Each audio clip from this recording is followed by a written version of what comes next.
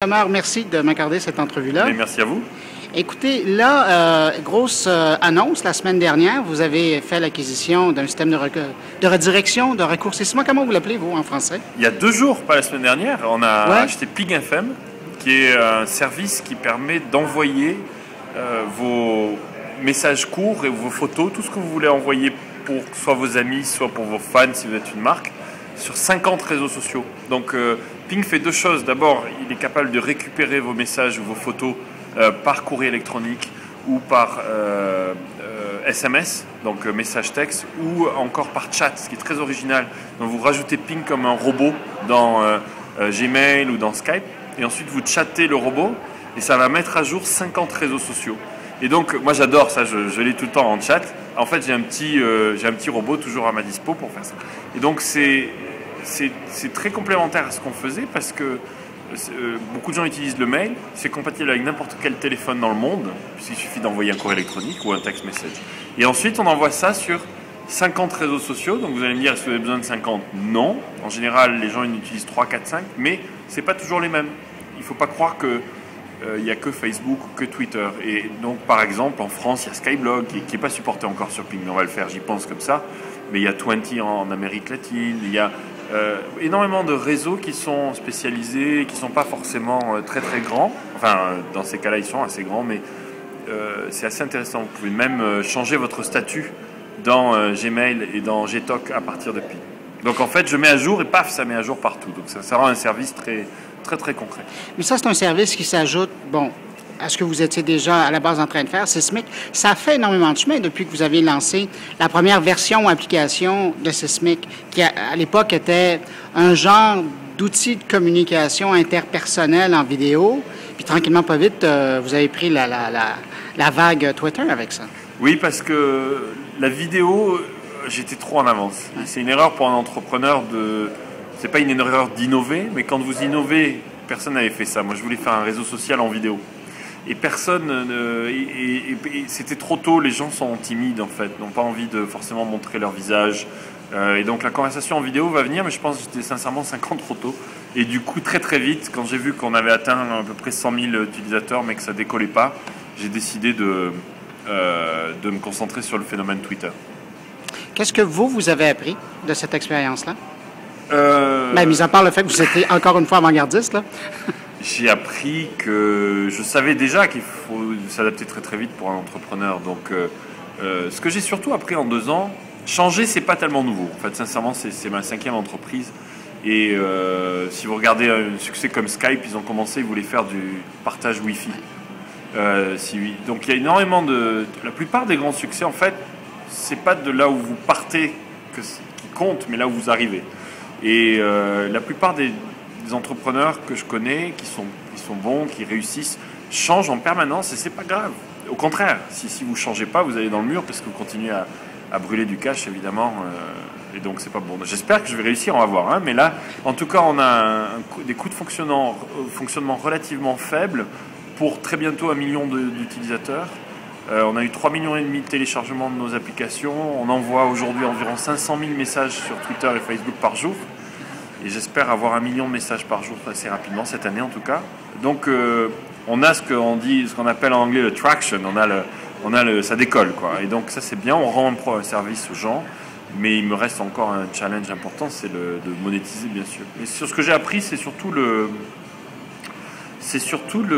la transparence que crée Twitter. C'est-à-dire quand vous discutez avec c'est d'écouter les gens. Et d'adapter votre produit, votre entreprise en fonction de ce qu'ils disent. On a une mention de Sysmic, mon entreprise, environ chaque minute sur Twitter, en moyenne. Et avec Ping, ça a été encore plus incroyable.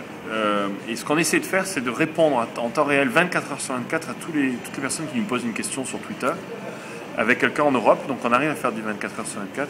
Et ça se passe pas mal. On veut vraiment se différencier avec ça. Donc si vous demandez une question, vous posez une question à Sysmic, en anglais pour l'instant, malheureusement. Quand je les vois en français, moi je réponds personnellement, mais je ne suis pas toujours là derrière Twitter quand même. Mais j'ai appris ça en fait, pour répondre à votre question, c'est la capacité d'apprendre. Vous ne pouvez plus être sur un piédestal dans votre bureau il faut être en permanence en contact avec les gens et c'est votre meilleur marketing parce qu'ils sont heureux, c'est une bouche à oreille. Mais vous êtes un des rares décideurs, entrepreneurs qui avait un contact direct avec votre clientèle. Ça n'existe pas, là. Non, il n'y en a pas beaucoup. Il n'y en a pas beaucoup. Comment vous expliquez ça? Vous allez me trouver à 3 h du matin parfois en train de répondre. Ah, je sais, je vous trouve.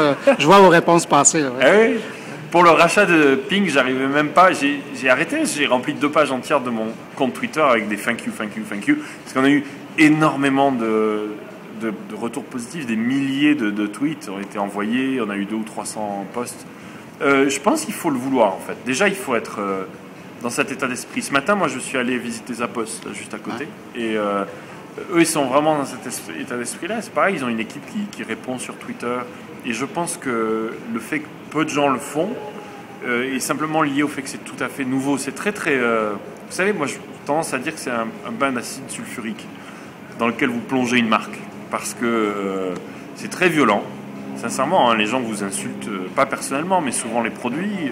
Quand quelqu'un est frustré... Mais sachant pas que vous êtes vraiment au bout du clavier aussi. C'est vrai. Parce qu'il y a des gens qui pensent parler au 4e niveau de la direction. Oui, mais parce qu'ils ne vous parlent pas à vous, c'est le principe de Twitter, c'est que vous parlez en l'air. Ouais. Et nous, on suit tout ce que les gens disent sur Sismic. Et souvent, ils sont surpris quand c'est moi qui réponds directement à 2 h du matin, oui.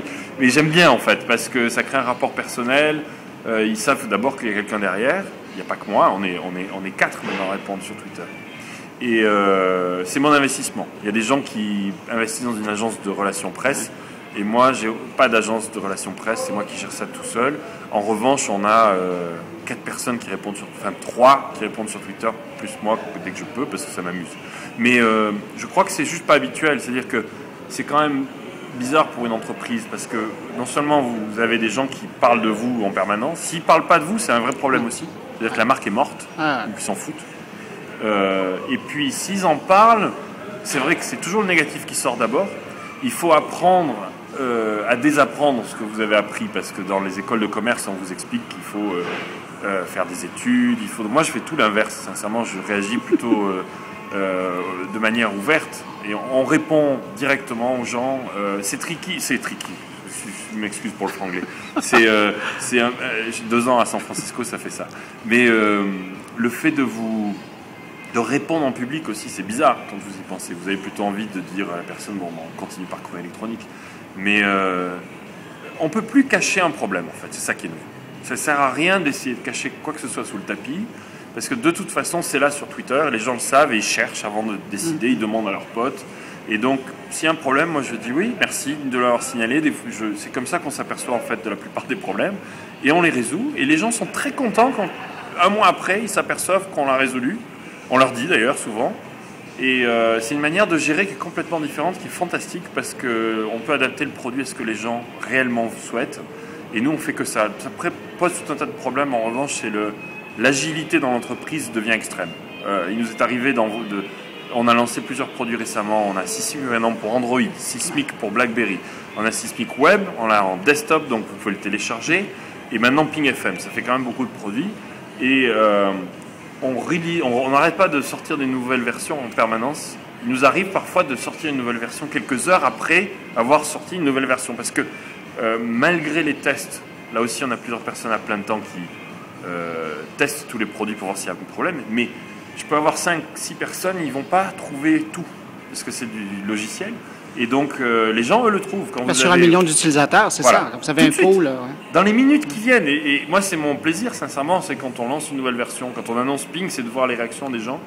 Et quand on voit un problème qui est critique, il nous arrive de tout de suite mettre l'équipe de développement pour le régler, là, dans la minute, pour que quelques heures après, il soit réglé. Mais parlons-en de l'intelligence collective, si vous voulez. Dès le départ de Sismic, vous avez décidé d'être ouvert, et même, à un moment donné, vous cherchiez les nouveaux bureaux, vous demandiez aux gens de l'aide. Ça, maintenant que vous regardez ça avec le temps qui est passé, est-ce que dans vos entreprises précédentes, cette démarche-là, bien qu'elles ont été faites en France là, pour la plupart, est-ce que cette démarche-là aurait pu fonctionner ou c'est parce que maintenant on est rendu à l'ère du Web 2.0 et là il y a comme quelque chose d'autre qui est arrivé, qui existe? C'est ma 5e entreprise, disons, jusqu'en 2003. Pour moi, en tout cas, non. C'est-à-dire qu'on était vraiment dans un mode, j'ai des clients, je les entends quand je peux, j'essaie de faire des études pour savoir ce qu'ils disent. Et en fait, on a supprimé tous les intermédiaires. En 2003, j'ai commencé à bloguer. Donc j'ai déjà eu cette expérience-là. où je commençais à avoir des utilisateurs qui, évidemment, ont laissé pas mal de commentaires sur mon blog, mais c'était avec beaucoup de retard, si j'ose dire. Il y avait beaucoup de décalage, c'est beaucoup moins rapide. Ce qui est nouveau là, c'est le web en temps réel, c'est que c'est immédiat, c'est-à-dire que dès qu'il y a la moindre chose qui leur plaît pas ou des suggestions qu'ils veulent améliorer, on le sait tout de suite, c'est extraordinaire. Ça, c'est vraiment nouveau parce que, en effet, ça n'existait pas à ce point-là. Moi, j'arrive plus à... Parfois, on est un peu drogué d'ailleurs. Hein. J'arrive plus à même choisir un resto ce soir. Je vais tweeter où est-ce qu'il faut que j'aille. Là, hier, j'ai tweeté, tiens, je vais pas dans une... Pour rentrer dans une soirée ce soir dont on parlait, là, je sais plus comment elle s'appelait. C'est quelqu'un qui m'a invité via Twitter. Donc, c'est un outil qui est extraordinaire. Et je m'aperçois maintenant que ça m'aurait probablement fait prendre des décisions totalement différentes à l'époque. Il y a un biais hein, quand même, c'est de ne pas être totalement dans le présent non plus. C'est-à-dire qu'il ne faut pas oublier d'innover. Si vous faites que ce que les gens vous demandent... Répondre à leurs problèmes. Voilà, vous finissez par... Ça sur Twitter, mais même quand vous créez le produit, vous finissez par uniquement créer des fonctionnalités, mais parfois pas d'innover. C'est-à-dire de créer quelque chose qui soit le waouh, qui surprenne tout. Par exemple, le rachat de Ping FM, ça a pas mal surpris. Il n'y a personne qui vous a vu arriver là. Non, et ça, c'est innové, parce qu'un rachat, c'est quand même une innovation dans ce point de vue-là. Ou lancer un nouveau produit, on va lancer dans quelques semaines un produit aussi qui va être, je crois, assez innovant. Ça va être notre avatar à nous, mais très différent de tout le reste. Et ça, c'est pas nos utilisateurs qui nous l'ont dit. Et je crois que c'est important de garder les deux, parce que sinon, vous finissez par être la tête dans le guidon. Voilà la nouvelle fonctionnalité que les gens veulent. Et vous finissez par faire un produit qui est conforme à ce que les gens veulent, mais qui ne soit pas forcément innovant. Donc il faut garder les deux. Loïc, en terminant, je veux vous poser une question et savoir justement, parce que vous avez vraiment les... En anglais, on dit les hands-on. Ah, vous parlez anglais aussi? Oui, ça m'arrive. Oui. Mais vous avez, comme éditeur de logiciels, comme développeur, même comme homme d'affaires et stratège, là, il y a une guerre qui est en train de se placer entre Google et Apple avec leur téléphone cellulaire. Oui. Ils ont deux plateformes différentes. Deux dans la poche. Oui, moi, je sais, vous m'avez dit ça avant. Mais donc, il y a deux plateformes qui sont là. Il y en a une, évidemment, qui a quelques années d'avance, mais il y a un gros buzz autour de Google et de ce qu'ils sont en train de présenter, de ce qu'ils sont en train de faire. Vous qui développez pour ces plateformes-là, et là, je ne parle pas de la canadienne BlackBerry ou des autres, mais seulement Google et Apple, comment vous voyez ça se dessiner? C'est très agréable. On n'a pas encore lancé Sismic pour iPhone.